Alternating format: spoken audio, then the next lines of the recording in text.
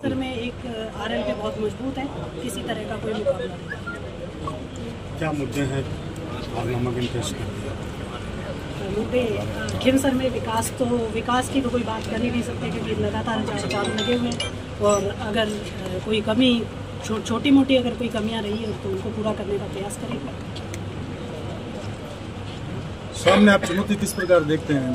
कांग्रेस और भाजपा दोनों सामने खड़ी है, किस प्रकार की चुनौती रहेगी इस बार? बीजेपी और कांग्रेस मिलकर चुनाव लड़ रही है, लेकिन फिर भी आरएलपी परिवार इतना बड़ा है और खिमसर की जनता हमारे साथ है, इसलिए हमें किसी प्रकार की कोई चुनौती नहीं नजर आ रही।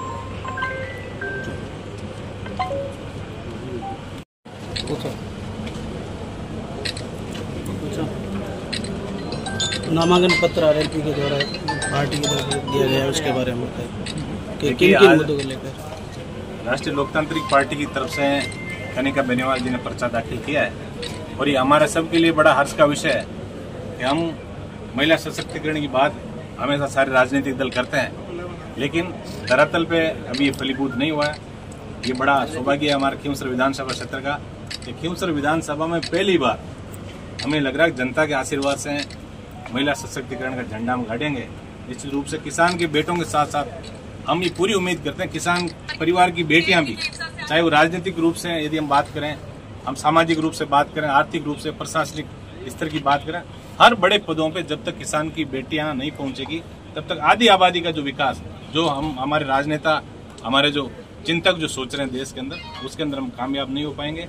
ये हम सबका बड़ा हर्ष का विषय। विशेषकर आरएलपी परिवार के लोगों से मैं यही निवेदन करूंगा कि हमें, क्योंकि सत्ता जो है वो पूरा दमखम भी यहाँ दिखाएगी। आप आज देख रहे हो किस तरह बाहर से जो एक जमावड़ा यहाँ सिर्फ लोगों को दिखाने के लिए जो इकट्ठा किया है। निश्चित रूप से हम सबको मिलके, और राष्ट्रीय लोकतांत्रिक पार्टी की राजधानी भी है चूंकि ये खिमसर, और एक किसान का बेटा हनुमान बेनीवाल, हम बड़े सौभाग्यशाली लोग हैं कि हमें एक ऐसे कप्तान का सैनिक बनने का मौका मिला जिसने काजल की कोठरी में रहकर और काला दाग नहीं लगने दिया।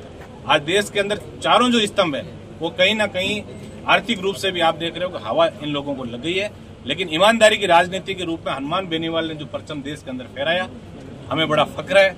और हमें पूरी उम्मीद है कि खिमसर विधानसभा क्षेत्र का प्रत्येक मतदाता हनुमान बेनीवाल की विचारधारा को पूरा आशीर्वाद देके और राष्ट्रीय लोकतांत्रिक पार्टी का झंडा जो है वो राजस्थान की विधानसभा में हम लोग फहराएं।